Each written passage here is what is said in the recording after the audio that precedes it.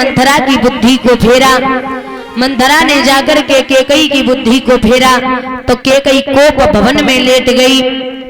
राजा दशरथ आए, बोले देवी क्या बात है, काय गोदास लेटी हो? तो जवाब दो नाथ, हमारे जो 2 वरदान है वो आप मुझे दे दो। अरे देवी 2 नहीं 4 मांग लो, 4 नहीं 6 मांग लो, जितने चाहिए वरदान मांग लो। बोले 6 और 10 ना चाहिए, 2 दे दो। और कहा बोले मेरे 2 वरदान पिया महाराज, मेरे 2 वरदान पिया, बहुत दिन पहले के मेरे 2 वरदान पिया, ओ सजना पहले के।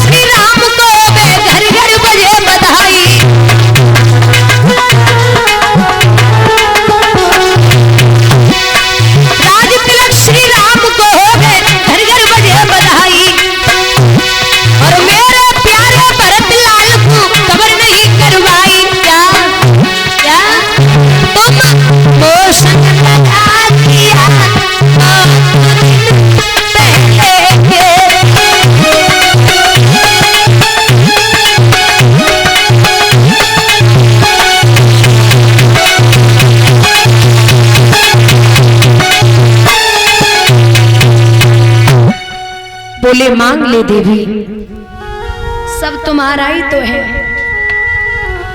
बोले नहीं नाथ, चिकनी चुपड़ी बातें कहकर मुझ अबला को ना बहकाओ। यदि सच्चे हो तो रघुवंशी सौगंध राम की, राम की सौगंध खा जाइए। तो कहा है कि देवी इतनी कौन सी बड़ी बात है जो मुझे राम की सौगंध खानी पड़ेगी? कुछ भी हो आप खाइए। तो बोले तो मैं राम की सौगंध खाता हूं, आप जो मांगोगी आपको वही मिलेगा, वही मिलेगा और वही मिलेगा। मांगो।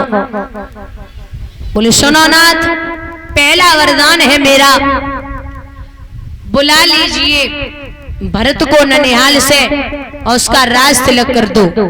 इतनी छोटी सी बात, अभी बुलाता हूं। बोले आप ध्यान से सुनो और दिल पे पत्थर रख के सुनना।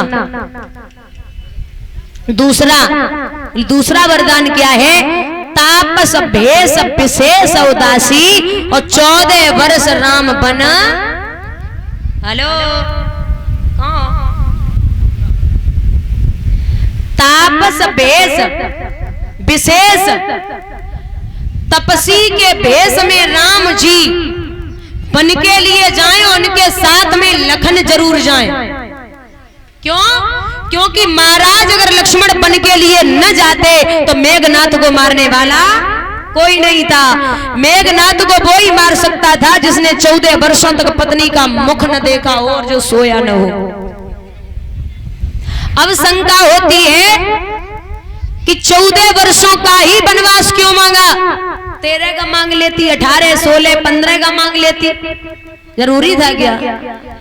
तो विद्वान कहते हैं कि रावण की मृत्यु के रावण की मृत्यु के सिर्फ 14 वर्ष ही बाकी बचे थे। आई मौत छोड़े नहीं और रहो चाहे देश विदेश, बिना मौत मरियो नहीं, चाहे बिचरो देश विदेश। मौत आ गई तो छोड़ने वाली नहीं है, विधाता भी नहीं टाल सकता। तो भैया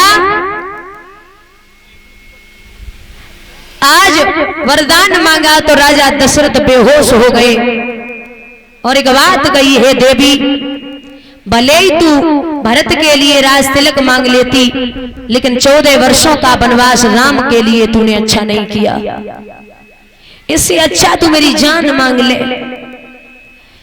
बेहोश हो गए तो रानी कैकेयी बोली, सुनो महाराज, अगर सुबह होते ही राम बन के लिए नहीं गए तो जिस द्वार से राम नहीं निकलेंगे उसी द्वार से मेरी अर्थी निकलेगी, इतना याद रखना। क्या करें और कैसे खुद को समझाएं राजा दशरथ। राम को पता चला तो बड़े प्रसन्न हुए। पिता को बेहोश देखा तो चरण स्पर्श किए, मां तू चिंता ना कर, मैं तेरा वचन पूरा करूंगा। आज मैया सीता बोली कि नाथ हमें भी चलना है।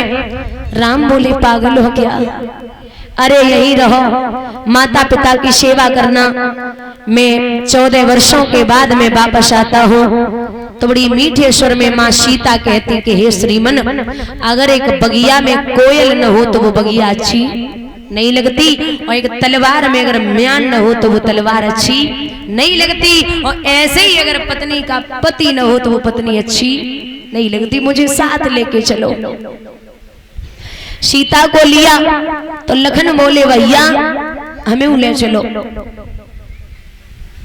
राम बोले तुम बिल्कुल पागल हो, तुम्हें पता है कि मैं सबसे बड़ा हूं, मैं खुद ही जा रहा हूं, और तुम हमसे छोटे हो तो परिवार को कौन संभालेगा, तुम यही रहो।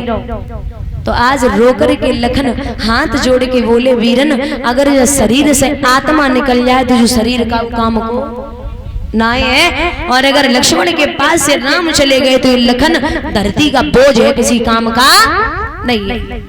सुनो भैया, भैया मैं बिना तुम्हारे और यहाँ कैसे धीर धरूंगा, जो साथ नहीं ले चलते वीरन आत्मघात करूंगा। दादा साथ नहीं ले चलते भैया आत्मघात करूंगा।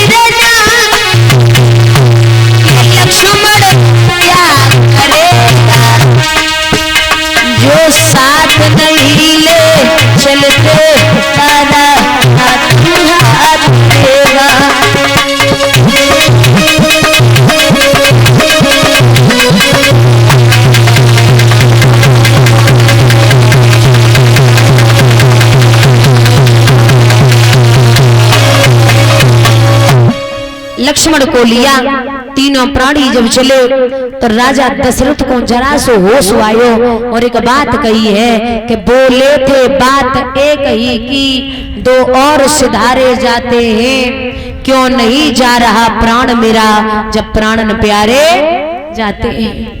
जानकी जानकी जाती है, लक्ष्मण मणि लक्ष्य समान मुझे, जब ये भी बन को जाते हैं तो राजभवन सुनसान मुझे। अब तो मृत्यु हो जाए तो ज्यादा अच्छा रहेगा।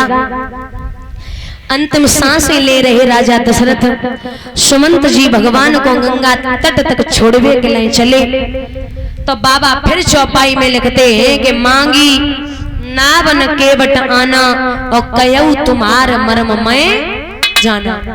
मांगी नाव न, भगवान ने नाव नहीं मांगी लेकिन केवट आया।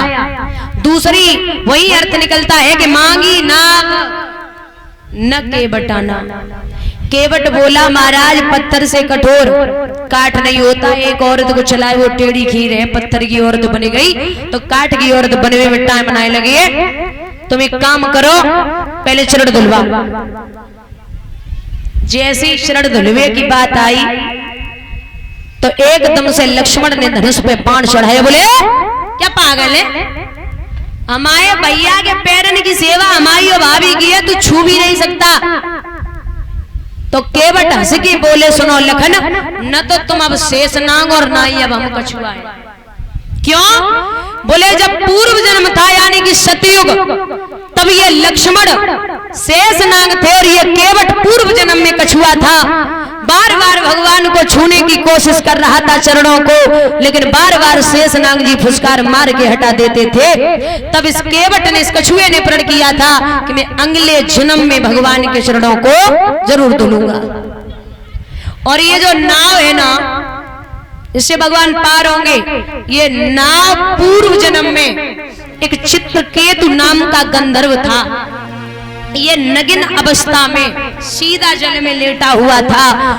निकले गौतम ऋषि, गौतम ऋषि की निगाह पहुंची तो ये नगिन अवस्था में पड़ा।